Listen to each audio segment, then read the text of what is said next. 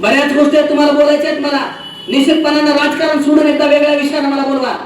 निश्चितपणानं तुम्हाला तुमचा न्याय हक्क अधिकार मी निश्चितपणानं सांगण्याचा प्रयत्न करेन. तुम्ही आम्ही विचार करत नाही म्हणून तुम्ही आम्ही इथं आहे.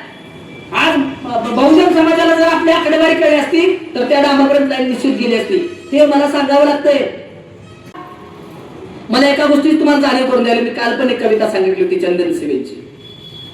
सारे धर्मग्रंथ वाचले, सारे धर्मग्रंथ वाचले, वाचताना चूक एक झाली, बोटाला जिभेकडे न्यावं लागलं.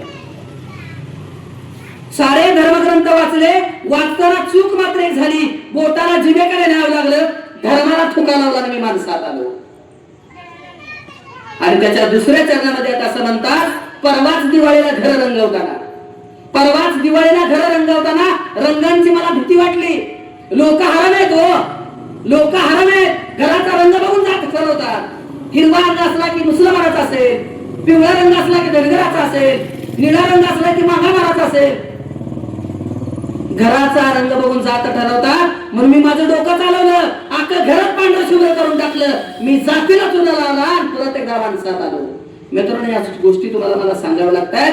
विशिष्ट दर्जा असणाऱ्या लोकांचा हित अवमान केला जातो आणि तो अपमान भरून काढायचा असेल तर ओबीसी बांधवांनो, माझा तुम्हाला आवाज जर पोहोचत असेल, माझ्या भावना वेदना जर तुम्हाला पोहोचत असेल, त्याने ओबीसी घटकातल्या बांधवाला निश्चितपणानं त्याच्या पाठीशी उभा राहा आणि त्याच्या असणाऱ्या चिन्ह पुढचं बटन दाबून त्यांना नगराकडे पाठवा.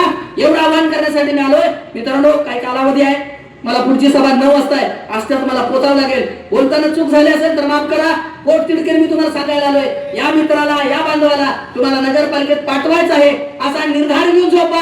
2 तारखेला मतदान आहे. सकाळी 7 वाजल्यापासून संध्याकाळी 7 वाजेपर्यंत या सुवर्ण संधीचा फायदा घ्या. आणि ओबीसी बांधवांनो, परत एकदा विनंती करतोय, गुलाल उधळायला मी 100% येण्याचा प्रयत्न करेन. एवढं बोलून मी थांबतो. जय भीम, जय भारत, जय संविधान.